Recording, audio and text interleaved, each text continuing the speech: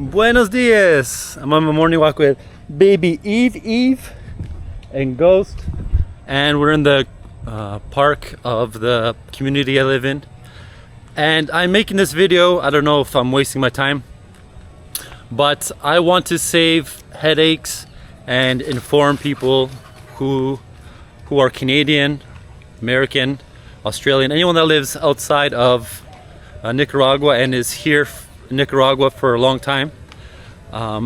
This is what happened to us. We had two babies born in Nicaragua. So this little girl was born this year. Her brother was born last year. They're both born in March. And we made their Nicaraguan passports last week. And we didn't completely understand the process of getting the kids to Canada. We tried to fly to Canada on the weekend. That was on Sunday. So we thought, because we were Canadian parents and their brothers were Canadian, that we could just book a flight and go to Canada. And but that's not the case. With the law is that anyone with a Nicaraguan passport, so this little girl and her brother, they need a visa. They need a visa to exit Nicaragua, which is what we got. And we didn't completely understand what they were saying. So they said we needed a visa for them to leave. So we thought that's all we needed. And the truth is, actually, let me tell you a story. We drove to the border Sunday morning, and at the borders we're having trouble saying that, oh, the kids need a visa, and that Costa Rica's probably gonna send them back. And so we talked to them, figured that out, and then they let us through the border in Nicaragua with the babies. And then when we got to the Costa Rican border, they were giving us trouble because the kids, because they're Nicaraguan, they need. We should have went. Well, I know the process now. We were supposed to go to the Costa Rican consulate and get them visas to enter Costa Rica, because you're not allowed to enter Costa Rica without a visa if you're Nicaraguan. You're allowed if you're Canadian or American, or you have American or Canadian passport. And the process for that is you're supposed to go to the bank here with their passports and pay for the visa, and then you contact the Costa Rican consulate and book an appointment to go get your stamp. And then that stamp lets you enter into Costa Rica. And entering into Costa Rica is necessary only if you're flying out of Liberia, which is an hour and a half from the border. And there's an airport there where the flights are cheaper. Our flights were around $200 Canadian for everyone. So $200 each for everyone to fly out. The babies were just taxes. You want to play the camera. And yeah, so if you have if your kids have a Nicaraguan passport, they need to get a visa to go into Costa Rica. And then at the airport, they said that the kids couldn't get on the airplane because they have Nicaraguan passports and they need a visa to enter Canada. So long story short, everyone was crying, and I decided the tickets were non-refundable. So I decided to tell my wife to go with the three boys, with Aiden, Noah, and Jamie, so that their trip wouldn't be ruined and we wouldn't lose more money, all the traveling we did. And I made my way back to the border and then to Managua back home with the two babies, which was a fun time, as you can imagine.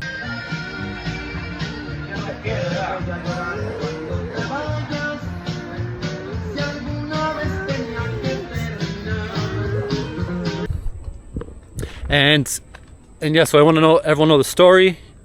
And the other thing I learned by talking to the counselor that works at the Canadian Embassy in Nicaragua, in Managua, Michael, he's helping me out a lot.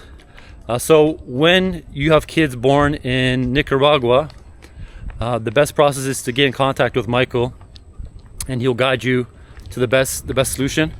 And the best solution is when your kids are born, and or if they're when they're born right away, start the registration process with get in contact with Michael, and he'll send you an email with all the information you need to get your kids. You do two things at once. You fill out a form which will get them residency, start the residency process, not the residency process, the citizenship process. So you make your kids Canadian, and they get their passports in 2 or 3 weeks. So that's what I'm doing now, and that is much easier than trying to get a visa for them to travel on their Nicaraguan passports. But you still need to get their Nicaraguan passports. So the first thing you have to do is get their birth certificates from the, what's it called now? And if you need help with any of this, especially getting their birth certificates, you can contact me. Leave a message down below. Send me an email. Send me a message on WhatsApp. My phone number is 0505-8419-0423, and I will help you out. I have a driver that speaks English and Spanish, and we found out a new location for the birth certificates. It's a lot more professional than the first one we went to, and the name of the building you need to go to, there's a few of them. There's registries. They're called registries, and in Spanish it's called Registro Civil, and there's one in Memble. I think it's called Memble Market area. I think I'm saying that right. And it's brand new, super professional, and it took me 5 minutes to get their birth certificates versus going to I went to a location more in the north where I was there for like 4 or 5 hours just waiting for them to call to get their birth certificates. So if you need help with that, let me know. And with the passport citizenship process for the babies, you need to fill out I forget the name of the form, but Michael from the Canadian Embassy will send that to you. There's a form you need to fill out for each baby, and then you gotta get two passport pictures from a commercial photographer, and get a guarantor or a grantor. And if you don't know anyone that's Canadian that's known you for 2 years in Nicaragua, you can get a lawyer or a doctor that has known you or the kids for that amount of time. In this case, the kids are under the age of 2, and your kids do have to be under the age of 2 to do the double process of citizenship and passport. And what else? And then and for the Nicaraguan passports, they take your original birth certificates. So when you're getting your birth certificates, the first ones, get 2 copies, or even 3. Actually, 3 copies would be even better. Get 3 copies, and then that way, when you submit your passport application for your kids to Nicaragua, they take the original, and you don't get that back. But with the Canadian passports, I believe you might get the birth certificate back. But if you don't, you just need to go back to the registry, the one that I'd recommend. And I think it's like 60 cordobas, less than $2. They'll print you new ones. So you never have to worry about the birth certificates. Nicaragua has those registered on the computer. And those birth certificates for the Canadian passports and citizenship, you need to get them translated. So you need to go to a big university, and those universities have language centers where they'll translate the birth certificates. I went to the American, it's called the American University, and forget what it's in Spanish, Universidad Americana, something like that. And they charged $20 for the translation to be done in 5 days versus I think 2 weeks. And then I think another $10 for a certificate. So it has to be professionally translated into English. And yeah, so I'm doing that right now. And then today I'm going to get the kids their pictures. So I'm going to go to Metro Central, where there's actually a passport office and a place that takes pictures. So I'm gonna go do that, and then I'm going to get my translation in 5 days, which I started yesterday, and I'll get on Friday, and then I'll take everything to the Canadian embassy and submit everything.